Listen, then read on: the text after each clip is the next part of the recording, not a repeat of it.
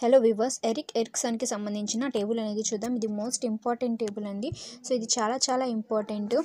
So వీటి మీద అయితే క్వశ్చన్ అనేది కంపల్సరీగా ఇవ్వడం జరిగింది. సో లాస్ట్ వీడియోస్ అయితే మీరు చూస్తే కనుక సైకాలజీకి సంబంధించి వచ్చేసి కంపల్సరీ బిట్స్ అనేవి రావడం జరిగింది. సో చూడండి, ఇక్కడ ఏజ్ ప్రకారం చూసుకుంటే 0 to 18 monthsని ఇన్ఫాన్సీ అని అంటారు. అండ్ అందులో వచ్చేసి కాన్ఫ్లిక్ట్ ఏర్పడే సంఘర్షణ ఏంటంటే trust versus mistrust.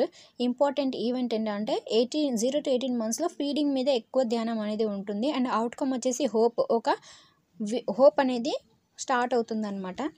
Next 2 to 3 yearsని ఎర్లీ చైల్డ్హుడ్ ఏజ్ అని కూడా అంటారు. సో ఇందులో వచ్చేసి autonomy versus shame or doubt. So దీని మీద అయితే కాన్ఫ్లిక్ట్ వచ్చేసి autonomy versus shame or doubt. So కొంచెం సిగ్గుపడడం అండ్ అలాగే డౌట్ఫుల్గా ఉండడం అనేది స్టార్ట్ అవుతుంది పిల్లల్లో. And toilet training. Next outcome వచ్చేసి సో ఒక విల్ పవర్ అనేది ఉంటుంది. సో నెక్స్ట్ 3 to 5 years వచ్చేసరికి ప్రీ స్కూల్ ఏజ్ అంటారు. ఇప్పుడే స్టార్టింగ్ అంగన్వాడీ అంటారు కదా. సో స్కూల్ ఏజ్ అనేది స్టార్ట్ అవుతుంది. ఇందులో వచ్చేసి ఇనిషియేటివ్ వర్సెస్ గిల్ట్. సో కొన్ని న్యూనత భావం అంటారు, ఏర్పడడం స్టార్ట్ అవుతుంది. ఇందులో ఇంపార్టెంట్ ఏమైనా వచ్చేసి ఎక్స్ప్లోరేషన్ అండ్ అవుట్కమ్ వచ్చేసి పర్పస్ అనమాట.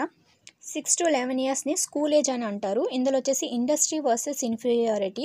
సో ఇదైతే లాస్ట్ ఇయర్ ప్రీవియస్ బిట్స్ అనేవి ఇచ్చారు. సో కంపల్సరీ ఒకసారి చూడండి, చాలా ఇంపార్టెంట్.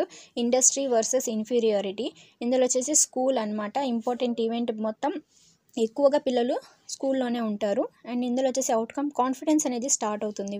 పిల్లల్లో కాన్ఫిడెన్స్ అనేది స్టార్ట్ అవుతుంది. నెక్స్ట్ 12 to 18 years అంటే అడాలసెన్స్ ఏజ్ అనమాట ఇది. ఇందులో వచ్చేసి identity versus role confusion. So identity అంటే గుర్తింపు కోసం, పాత్ర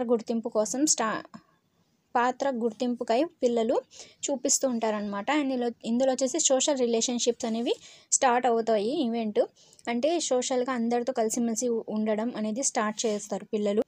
సో ఇందులో అవుట్కమ్ వచ్చేసి ఫెడిలిటీ. 19 to 40 years వచ్చేసి యంగ్ అడల్ట్హుడ్ అంటారు. ఇందులో ఇంటిమసీ వర్సెస్ ఐసోలేషన్, ఏకాంత భావం అనేది ఏర్పడుతుంది.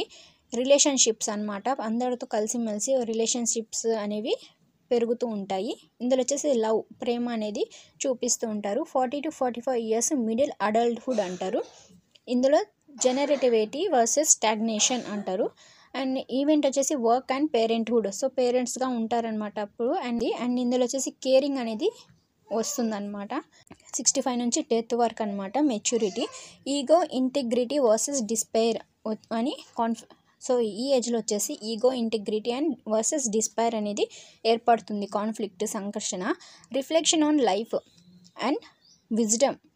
సో విజ్డమ్ అనేది ఉంటుంది అవుట్. సో ఈ టేబుల్ అనేది చాలా